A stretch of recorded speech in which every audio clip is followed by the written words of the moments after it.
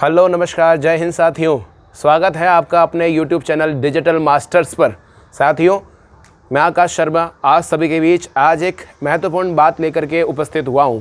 अक्सर हमारे इस चैनल पर लोग कमेंट कर रहे हैं, पूछ रहे हैं कि हमें ये बताइए सर कि हम जो पढ़ते हैं वो हम लगातार लंबे समय तक याद नहीं रख पाते हैं। अक्सर हम भूल जाते हैं। हम एग्ज़ाम से पहले सब कुछ पढ़ लेते हैं, लेकिन एग्ज़ाम से एक रात पहले हमें टेंशन होती है। एग्ज़ाम वाले दिन हमको लगता है कि हमने जो पढ़ा है, अभी तक जितनी भी मेहनत की थी, हम वो भूल रहे हैं, हमें कुछ याद नहीं रह पा रहा है। तो सर प्लीज़ बताइए आप क्या किया जाए। ऐसे सवाल अक्सर हमारे अलग अलग वीडियोस पे कुछ लोग भेज रहे थे।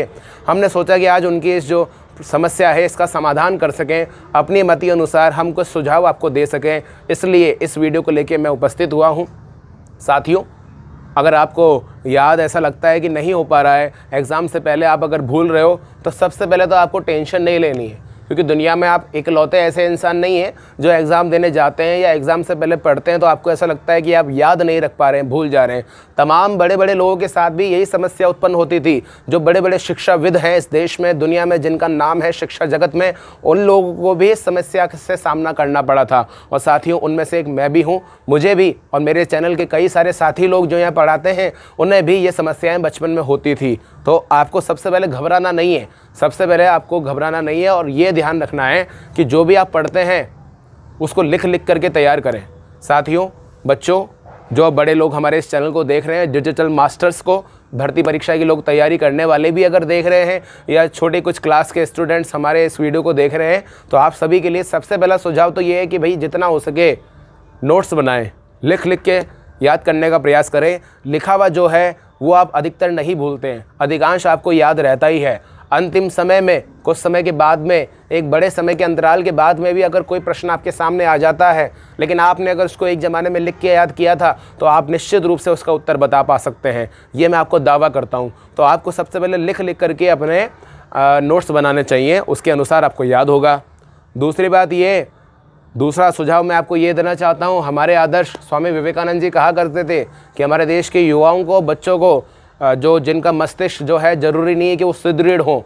मस्तिष्क से पढ़ाई करके अध्ययन में सुदृढ़ होने से पहले ज़रूरत है कि वो खेलें, जितना हो सके खेलें। आप फुटबॉल खेलें। स्वामी विवेकानंद कहते थे कि जितना हो सके बच्चों को, युवाओं को फुटबॉल खेलना चाहिए। फुटबॉल खेलने से क्या है कि हमारा शरीर मजबूत रहता है, शरीर में एक प्रकार की एनर्जी आती है, और जब शरीर स्वस्थ रहता है तब स्वतः ही आपका मस्तिष्क भी, आपका दिमाग भी स्वस्थ रहता है, और आपकी याद करने की जो क्षमता है कहीं ना कहीं वो भी एक नया रूप लेती है, उसमें भी एक नया इजाफा होता है। तो साथियों, आप अपना शरीर को स्वस्थ रखें, जितना हो सके खेलें, कूदें। अगर आप शरीर से स्वस्थ रहेंगे, शरीर में अगर आपकी फुर्ती रहेगी, तो आप कोई भी काम करेंगे, आपका मन उसमें लगेगा। इसलिए जितना हो सके केवल और केवल पढ़ने में ही ना लगे रहें, अपना मनोरंजन का एक माध्यम भी बनाएं। जितना हो सके खेलें। जब आप स्वस्थ रहेंगे तो आपका मस्तिष्क भी स्वस्थ रहेगा, और जो आप पढ़ेंगे निश्चित रूप से आपको याद होगा।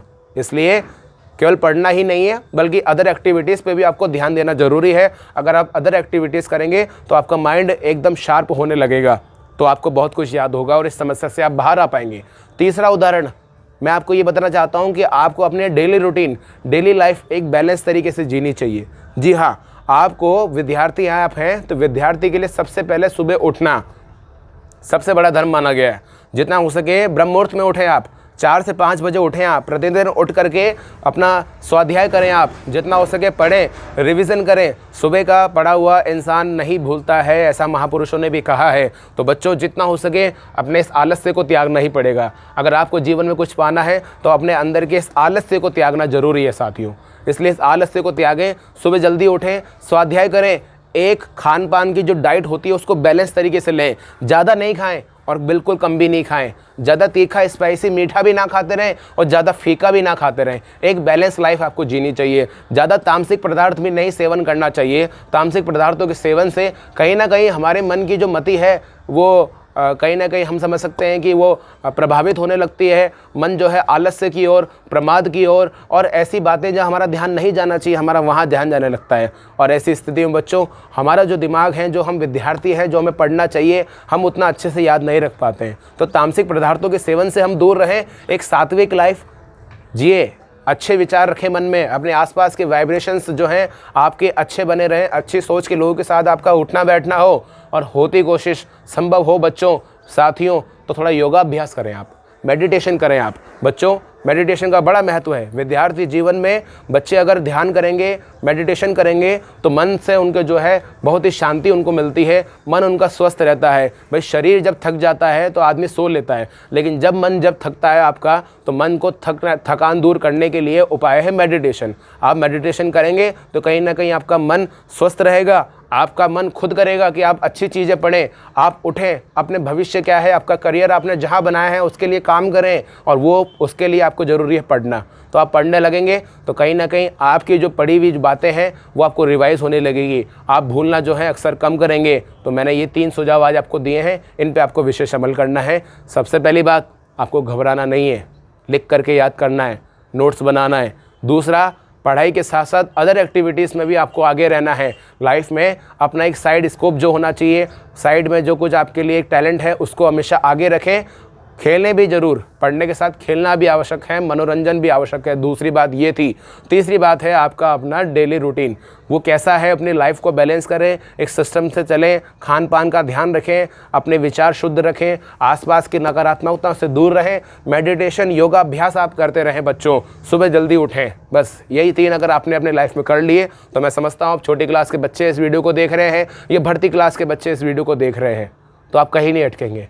ये मेरा दावा है। डिजिटल मास्टर्स पे आप सभी जो आए इसके लिए बहुत बहुत आपका आभार। जो लोग पहली बार डिजिटल मास्टर्स चैनल पर आए हैं वो इसको सब्सक्राइब करें, बेल आइकन को दबाएं, हमारे चैनल की प्लेलिस्ट को चेकआउट करें, और इसके साथ ही जितना हो सके हमारी इस वीडियो को वायरल करें और अधिक से अधिक लोगों तक पहुंचाएं। साथियों, अगर आप वायरल करेंगे, लाइक करेंगे, शेयर करेंगे तो उस समय एक नया मोटिवेशन मिलेगा। जो हमें नया मोटिवेशन मिलेगा तो हम खुद ही आपसे प्रभावित होकर के कुछ नया अच्छा करना चाहेंगे।